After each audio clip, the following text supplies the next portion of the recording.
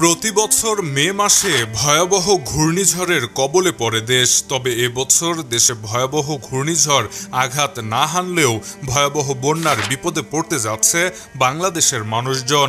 ইতিমধ্যে পূর্বাভাস দেওয়া হয়েছে আগামী 2-3 দিনের মধ্যে ভয়াবহ বন্যা পরিস্থিতির সৃষ্টি হতে পারে বাংলাদেশের বেশ কয়েকটি জেলায়। দেশের অভ্যন্তরে ব্যাপক বৃষ্টিপাতের কারণে ধেয়ে আসছে ভয়াবহ বন্যা। এমন অবস্থায় জনমনে আতঙ্ক বিরাজ করছে। অসময়ে এমন বন্যার সৃষ্টি হলে ভয়াবহ বিপদে পড়বে সাধারণ মানুষজন। এদিকে দেশের অভ্যন্তরে ব্যাপক বৃষ্টিপাতের কারণে নতুন নতুন এলাকা তলিয়ে যাচ্ছে। নদীবেষ্টিত বিভিন্ন এলাকায় পানি বাড়ার প্রবণতা দেখা গেছে। এমনকি বিভিন্ন জায়গায় বন্যার পানির কারণে নদী পাড়ের নিম্নাঞ্চল প্লাবিত হয়েছে।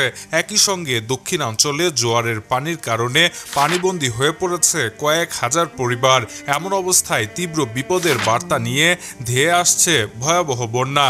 এদিকে অসময়ে হঠাৎ করে আসা ভয়াবহ এই বন্যায় ব্যাপক আকারে বিপদে পড়তে যাচ্ছেন নদীপাড়ের মানুষজন। বিশেষ করে গোমতী, মুহুরী ও ফেনী ইত্যাদি নদীর পানি সমতল দ্রুত বৃদ্ধি পাচ্ছে। এর ফলে ফেনী সহ ওই এলাকায় ভয়াবহ বন্যা পরিস্থিতির সৃষ্টি হলে গতবারের মতন ভয়াবহ মানবিক বিপর্যয় নেমে আসতে পারে।